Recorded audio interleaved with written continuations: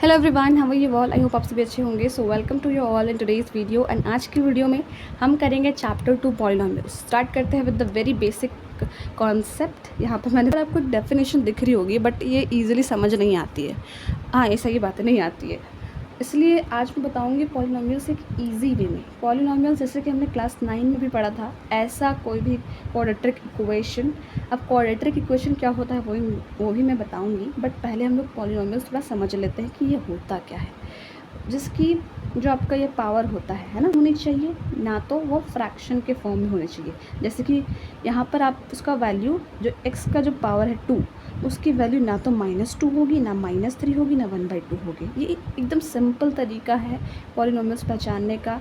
I think आपने 9 में भी पढ़ा होगा कि भाई जो नॉन नेगेटिव होते हैं ओके। अगर इससे भी नहीं समझ आया तो coming to the types of polynomial, इससे आपको क्लियरली हो जाएगा what is the polynomial and what it's all about. So polynomials भी कई टाइप्स के होते हैं, linear, quadratic, cubic and bi quadratic. ये टर्म्स भी हम लोग पहले से सुनते आ रहे हैं। तो सिंपल सी बात है, लीनियर मतलब क्या? जिसकी एक हो, है ना, जिसका पावर एक हो। तो यहाँ पर ये मैंने ax + b क्यों लिखा है? Because this is the standardised form of writing linear polynomials. जब भी आप लीनियर पॉलिनॉमियल्स लिखोगे, you have to write in this form, यानी इसका पावर 1 होगा। अब आते हैं क्वाड्रेटिक। क्वाड्रेटिक वो होता है ऐसा कोई भी equation, this is equation only, है ना। तो ये इक्वेशन का जो हाईएस्ट पावर है वो 2 होना चाहिए, उससे ज़्यादा नहीं होना चाहिए। अगर वो 3 हो जाएगा तो वो क्यूबिक हो जाएगा, 1 होगा तो लीनियर होगा। इसलिए क्वाड्रेटिक का रूल है that for having a quadratic equation you must have the power 2। इसका भी स्टैंडर्डाइज फॉर्म ये है। Now coming to cubic. Cubic मतलब अब तो लॉजिकली आप सोचोगे तो क्वाड्रेटिक 2 था, लीनियर 1 था, तो क्यूबिक क्या होगा? क्यूबिक तो नेम से ही पता चल रहा है 3 होगा। तो इसका भी एक स्टैंडर्डाइज फॉर्म है ये।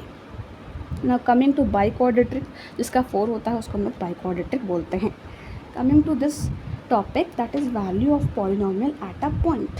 So the value of polynomial px at x is equals to alpha is obtained by putting x is equals to alpha and it is denoted by p the alpha.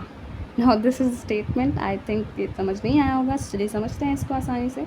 तो simple सी बात है, हमने यहाँ पर चलिए क्वाड्रेटिक इक्वेशन ले लेते हैं। 1 सेकेंड। यहाँ पर हमने ले लिया quadratic equation, that is 3x² + 2x + 4। तो हमने क्वाड्रेटिक का क्या बोला? जिसका हाईएस्ट पावर 2 जा सकता है। तो ये हमारा हो गया क्वाड्रेटिक इक्वेशन।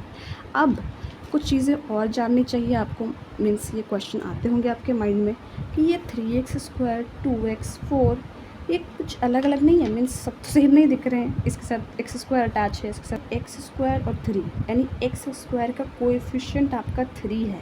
तो 3 एक कांस्टेंट टर्म है, बिकॉज 3 की वैल्यू तो 3 ही होगी, है ना। आप कहीं भी लिख दो, मीन्स जहाँ भी आप लिखोगे, इधर इज इन एनी सब्जेक्ट, 3 की वैल्यू तो 3 ही रखिएगी ना, इसकी वैल्यू 4 तो नहीं हो जाएगी। बट यहाँ पर ये किसके साथ अटैच है? x² के साथ। x क्या है? वेरिएबल। वेरिएबल अगर आप जानना चाहो तो वेरिएबल उससे बोलते हैं जिसकी वैल्यू चेंज होती है, that is only known as variable. तो मैंने बोला कि यस 3 इज़ कांस्टेंट, बट एक यहाँ पर कॉन्ट्राडिक्शन ये भी है कि 3 किसके साथ अटैच है? x² के साथ। तो x² की वैल्यू भी तो कुछ और होगी, x की वैल्यू कुछ और होगी, है ना, बिकॉज s वेरिएबल टर्म है। यहाँ पर हम कुछ और वैल्यू पुट कर सकते हैं, जो मल्टीप्लाई होगा इससे, तो इसकी पूरे की वैल्यू चेंज हो जाएगी। तो बस वही चीज़ मैं आपको समझाना चाहती हूँ कि पॉलिनॉमियल्स में या इक्वेशन में यहाँ पर आपका ये होता है कांस्टेंट नंबर, और उसके साथ अटैच होता है कोएफिशिएंट होता है आपका वेरिएबल, यानी x² का कोएफिशिएंट। या but I try to cut that part. So simple सी बात है, समझ में आ गया कि भाई ये होते हैं हमारे कांस्टेंट, और जो अटैच हैं यानी x के साथ या y जो भी वेरिएबल टर्म है जिसकी वैल्यू चेंज हो सकती है, हम लोग पुट कर सकते हैं दूसरी वैल्यू, उसको बोलते हैं वेरिएबल, है ना। अब आते हैं यहाँ पर वैल्यू ऑफ पॉलिनॉमियल। जैसे कि हमने ये कॉन्सेप्ट समझा कांस्टेंट वेरिएबल वाला, ये यहाँ पर वैल्यू पुट करने से, that is only known as value of polynomial at a point. क्योंकि x की वैल्यू आप पुट कर दोगे तो इसकी पूरी की वैल्यू चेंज हो जाएगी। अभी तो ये है ना, x के टर्म्स में है, ये इक्वेशन सॉल्व करोगे भी तो इसका सोल्यूशन वैसे ही आएगा। सॉल्व कैसे करते हैं? फैक्टराइजेशन से। उसके बाद अब यदि करेंगे, उसके बाद हम लोग क्वेश्चंस भी करेंगे। सो यहाँ पर वैल्यू जब ये बस एक ही लाइन में समझना है कि अगर x की वैल्यू आप डाल दोगे तो ये पूरी इक्वेशन की वैल्यू चेंज हो जाएगी, बिकॉज x की वैल्यू भी तो डिफरेंट होगी ना। आप पुट करोगे, मल्टीप्लाई होगा, ऐड होगा, देन आपका आंसर डिफरेंट आएगा। Now coming to the zero of the polynomial. What is zero of a polynomial? ऐसी पॉलिनॉमियल यानी कि सिंपल वही कॉन्सेप्ट है, बस थोड़ा सा चेंज है। अगर आप उसको x के जगह पुट करोगे उस वैल्यू को, है ना, हम लोग बस बोलते हैं उसको ज़ीरो ऑफ पॉलिनॉमियल, बट अगर आप उसकी वैल्यू यहाँ x के जगह पे पुट करोगे तो ये पूरी इक्वेशन की वैल्यू ज़ीरो आनी चाहिए, तभी आप बोल सकते हो उसको as it is zero of polynomial. अगर ज़ीरो के इक्वल नहीं आती है वो वैल्यू पुट करने से, मान लो x के जगह पे आप ये जो पॉलिनॉमियल का नहीं आई, इसका मतलब कि जो 3 है वो इस पॉलिनॉमियल का ज़ीरोज़ नहीं है, उसको पुट करने से यहाँ ज़ीरो नहीं आ रहा है। इट मीन्स सिंपल ये आपका ज़ीरो ऑफ पॉलिनॉमियल। इसकी जगह पे आप कोई वैल्यू पुट करो जिससे कि पूरे पॉलिनॉमियल की वैल्यू ज़ीरो हो जाए, पूरे इक्वेशन की वैल्यू ज़ीरो हो जाए, that is only known as zero of polynomial. For beta, अभी अल्फ़ा और बीटा क्या होते हैं? अल्फ़ा और बीटा होते हैं zeros of the polynomial. Now again I know यहाँ पर कुछ थॉट्स आएंगे, अगेन ज़ीरो, वहाँ पे भी ज़ीरो था, यहाँ पे 2 ज़ीरोज़ आ गए। तो सबसे पहली बात, यहाँ 2 क्यों हैं? क्योंकि इसकी power, highest power quadratic equation की 2 है, इसलिए यहाँ पर आपके पास 2 ज़ीरोज़ आए हैं।